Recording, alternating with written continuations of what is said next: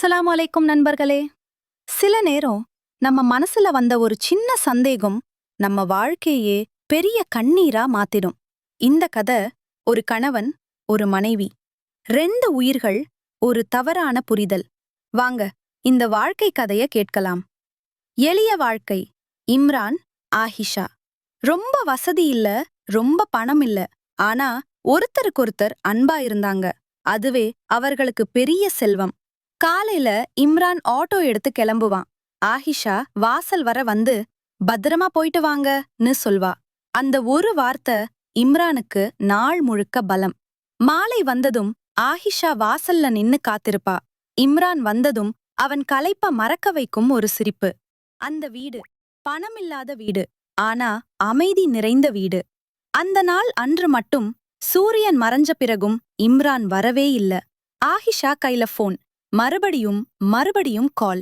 ஸ்விட்ச் ஆஃப். அந்த 2 வார்த்தை அவள நெஞ்சுக்குள்ள ஏதோ உடைச்சிடுச்சு. மனசு பதறிச்சு. வாசல் பக்கம் போய் பார்த்தா ரோடு வெறிச்சோடி கிடந்தது. விஷமூத்துற வார்த்தைகள். அப்போ பக்கத்து வீட்டு பெண் சொன்னாங்க, உன் கணவன இன்னொரு பெண்ணோட பார்த்தேன். அவ்வளவுதான். ஆயிஷா உலகமே இருண்ட மாதிரி ஆயிடுச்சு. நம்பிக்கை குலுங்கிச்சு.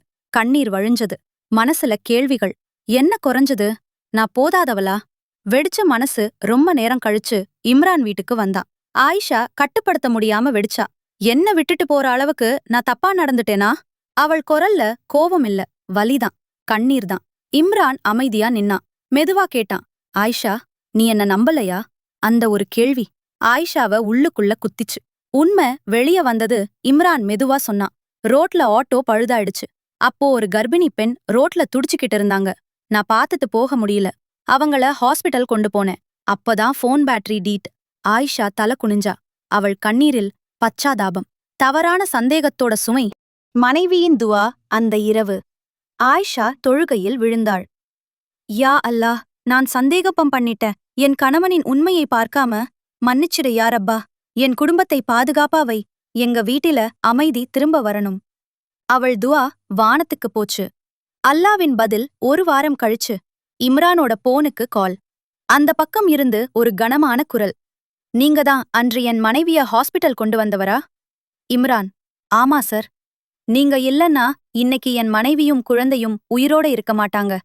தயவு செய்து ஹாஸ்பிட்டலுக்கு ஒரு முறை வாங்க. இம்ரான் போனான். அந்த மனிதர் கண்ணீரோட இம்ரான் கைப்பிடிச்சு சொன்னார், என் குடும்பத்தை காப்பாத்திட்டீங்க. இது சாதாரண உதவி இல்ல. அல்லாஹ் உங்களை அனுப்பினார். பிறகு மெதுவா சொன்னார், நீங்க விருப்பப்பட்டா என் கம்பெனில ஒரு வேலை அரேஞ்ச் பண்ணித்தரேன். இம்ரான் ஒரு நிமிஷம் அமைதியா நின்னான்.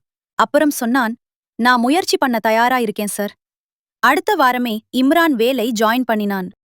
நல்ல சம்பளம், நிலையான வாழ்க்கை.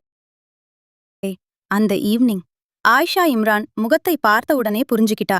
அவன் கண்ணிலிருந்த ஒளி, அவள் கண்களில் வந்த கண்ணீர். 2 பேரும் ஒரே வார்த்தை சொன்னாங்க, அல்லாஹ் நம்ம துவாவுக்கு பதில் குடுத்துட்டான். ஆயிஷா இம்ரான் கைய பிடிச்சு சொன்னா, உங்க உண்மை, என் துவா, 2யும் அல்லாஹ் சேர்த்துட்டான். கடைசி செய்தி நண்பர்களே, திருமண வாழ்க்கை என்பது பணம் இல்லை, அன்பு, சந்தேகம் இல்லை, நம்பிக்கை, கோபம் இல்லை, துவா. இதெல்லாம் இருந்தா அல்லாஹ் எந்த வீட்டையும் ஜன்னத்தாக்கிடுவான். நிறைவு. இந்த கதை உங்க மனச தொடிச்சிருந்தா லைக் பண்ணுங்க, ஷேர் பண்ணுங்க, சப்ஸ்கிரைப் பண்ணுங்க. தீன்சி மினாரா. இன்ஷா அல்லாஹ் அடுத்த கதையில சந்திப்போம். அஸ்ஸலாமு அலைக்கும்.